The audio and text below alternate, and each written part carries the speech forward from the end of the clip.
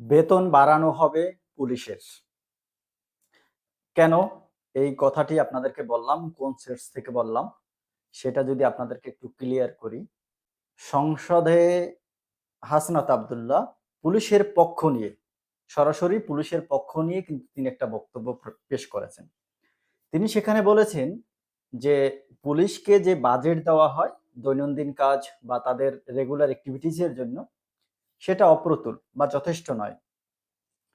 যখন তারা এই অল্প বাজেট নিয়ে বা তাদের চাহিদার কম টাকা নিয়ে তারা যখন কোনো কাজ পরিচালনা করেন, তখন তাদেরকে বলা হয় ম্যানেজ করে নিতে।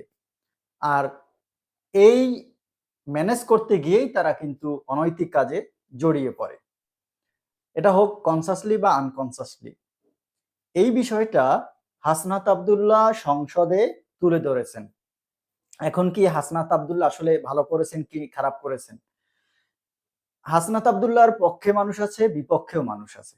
হাসনাত আব্দুল্লাহর কথা কারো ভালো লাগে, কারো খারাপ লাগে, কারো ভালো লাগে না। এই যে বিষয়গুলো, এখন সত্য কথা সেটা যার পক্ষেই যাক, সেটা সবার বলা উচিত। অন্য কথায় কারো পক্ষে যদি যেয়ে থাকে বা বিপক্ষে যেয়ে থাকে সেটা আমি আসলে এখন না বললাম। আমি শুধু বলতে চাই যে পুলিশের পক্ষ নিয়ে তিনি যে সত্য কথাটা বলেছেন এটা আসলেই সঠিক।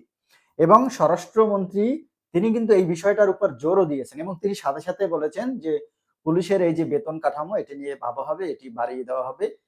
এটা কিন্তু মাননীয় প্রধানমন্ত্রী বরাবর তিনি সাথে, সাথে আপিল করে ফেলছেন।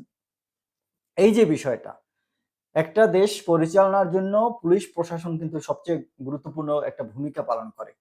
তাদেরকে যদি যথেষ্ট টাকা পয়সা না দেওয়া হয়, তাদেরকে যদি বেতন ঠিক মতন দেয়া না হয়, তাদেরকে যদি পর্যাপ্ত বেতন না দেওয়া হয়, তখন তো তারা অসৎ উপায় অবলম্বন করবে। এটা অস্বাভাবিক বলে মনে হয় না বাংলাদেশের প্রেক্ষাপটে।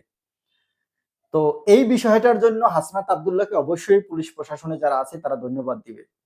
আর আমরা আশা করি ভবিষ্যতে হাসনাত আব্দুল্লাহ এভাবে সবার পক্ষ হয়ে সবার জন্য সঠিক কথাগুলো বলবেন, সবার দাবির জন্য তিনি আওয়াজ তুলবেন। আপনারা কি বলেন?